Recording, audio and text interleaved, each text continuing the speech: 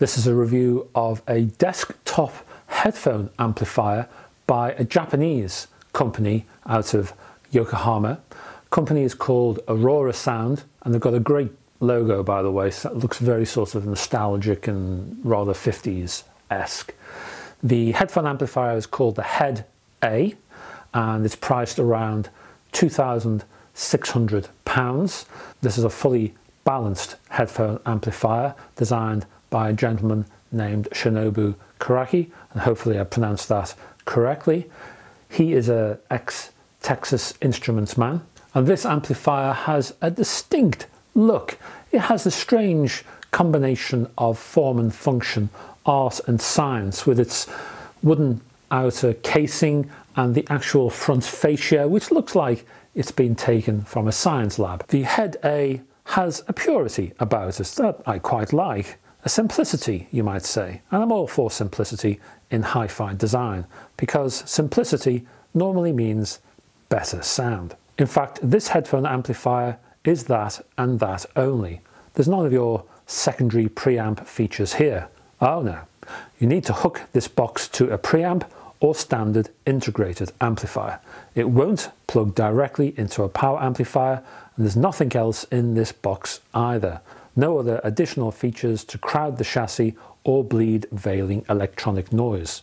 Purity and simplicity again. There's also a sense of isolation in the actual design of the HeadA, because you have to physically select what inputs you want to access. So on the rear, you'll see either single-ended or single-ended balanced pairing.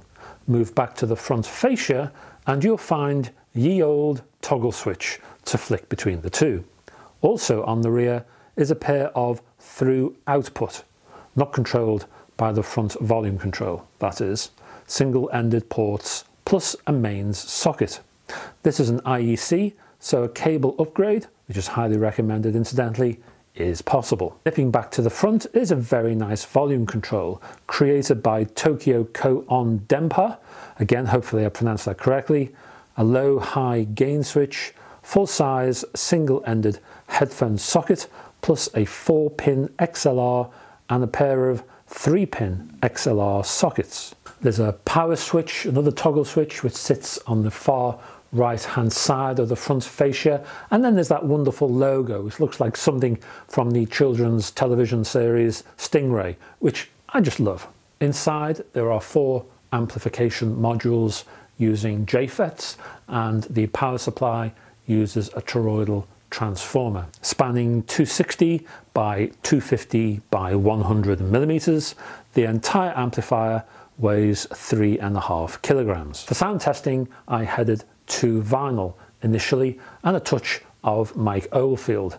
The album Platinum was played and I began in single-ended mode. There was no hint of edge, etching or any level of mid-range toughness in the mid-range or pinching within the treble area when I listened to the vinyl. That is, the amplifier had no sense of compression. You never felt that the HeadA was forcing the issue or stressing in any way. Hence the upper mids were never strident. Yes, you could say that there might have been a slight, just a slight roll off in the dynamic extremities of the upper mids, but nothing that would cause any sense of distress and nothing that would harm your listening environment. At the other end of the frequency spectrum, in the bass area, what you had was a reflection that this is definitely a solid state design. So bass had a real authority, it had mass, it had heft, it had power. And actually, compared to many other headphone amplifiers of its class and price point, the HeadA had a real authority which some of the competition tended to lack, and this meant that any shy lower frequencies that were hidden in dusty corners of your mix were dragged out kicking and screaming and lifted up for your viewing pleasure.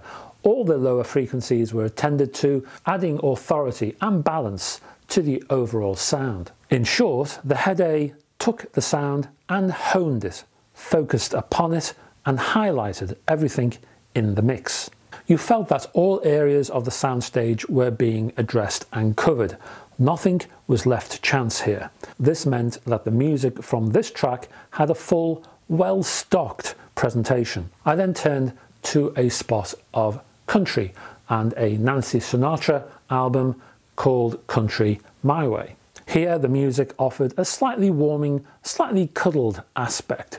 The nostalgic period master did help here, of course, but the HeadA did nothing to remove that sort of warming gauze that draped over the music. Slide guitar had that twangy, rich and tremulous response that fitted rather well with Sinatra's vocal, which was drowned in old-fashioned echo. Nothing startled, nothing grated, no edges protruded, and no rough corners poked at you.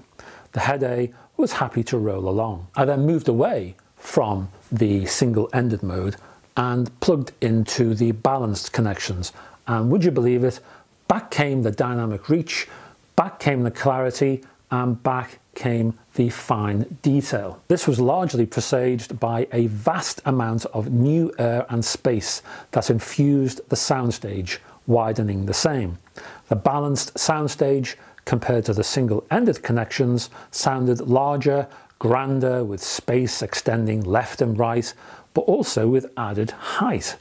The effect of this increase in soundstage size was to spread the instruments further across this wide area. There was more space to use, and hence the instruments certainly used it all.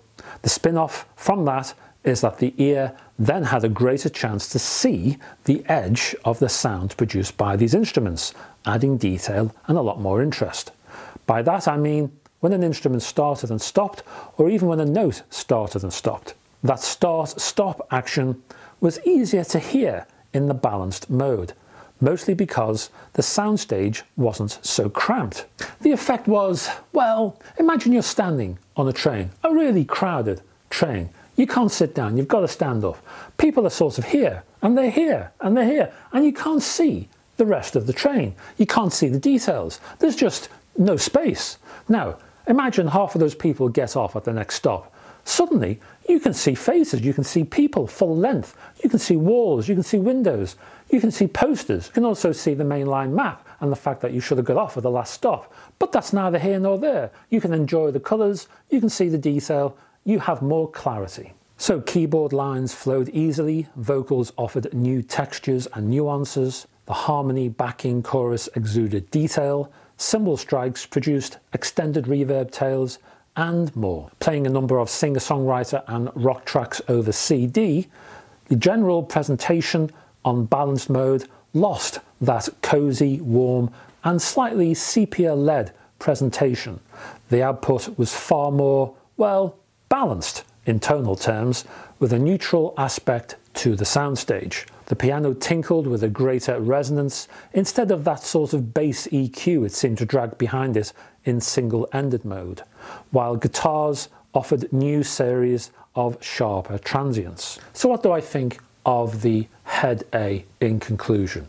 Well, aesthetically, it looks absolutely spot on.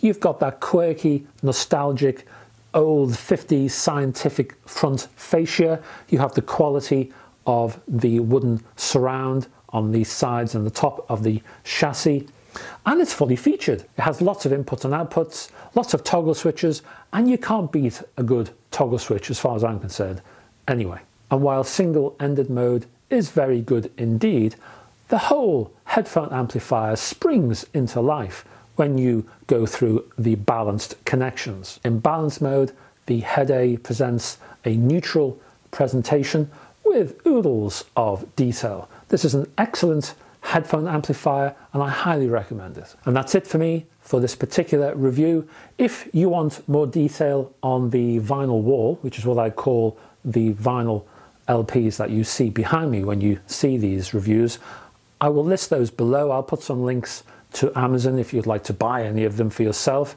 Also, if you want to have a look at my Patreon page, which features a whole host of exclusive content that you'll only find there and nowhere else. I'll put a link to that below. There's also my Facebook page, which recently hit the 5,000 members figure, so a link for that I'll put down there too, plus some other social media contacts as well. Until the next video, hopefully I'll see you then. Bye bye for now.